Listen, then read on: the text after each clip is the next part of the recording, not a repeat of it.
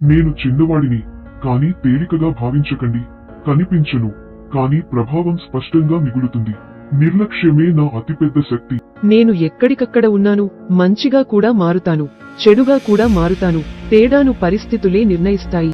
నేను వ్యాధి కాదు, మార్గాన్ని సృష్టిస్తాను. కణాల నియమాలను గందరగోళం చేస్తాను. కొన్నిసార్లు నా ఉనికితో క్యాన్సర్ పుడుతుంది. నేను తప్పుదారి పట్టాను. ఒక చిన్న పొరపాటు పెద్ద ప్రభావంగా మారుతుంది. నా నిశ్శబ్దంలో ప్రమాదం దాగి ఉంది. నేను గుర్తిస్తాను, తప్పును ఆపుతాను, బలహీనత దొరికితే దాడి చేస్తాను. నేను ప్రతి క్షణం ఆగకుండా పరిగెడతాను. ఆక్సిజన్ తీసుకెళ్తాను, శక్తిని చేరుస్తాను. ఆగడం అంటే శరీరం అలసిపోవడమే. నేను చికిత్స కాదు, నివారణను ముందు నేర్పుతాను, తర్వాత కాపాడుతాను.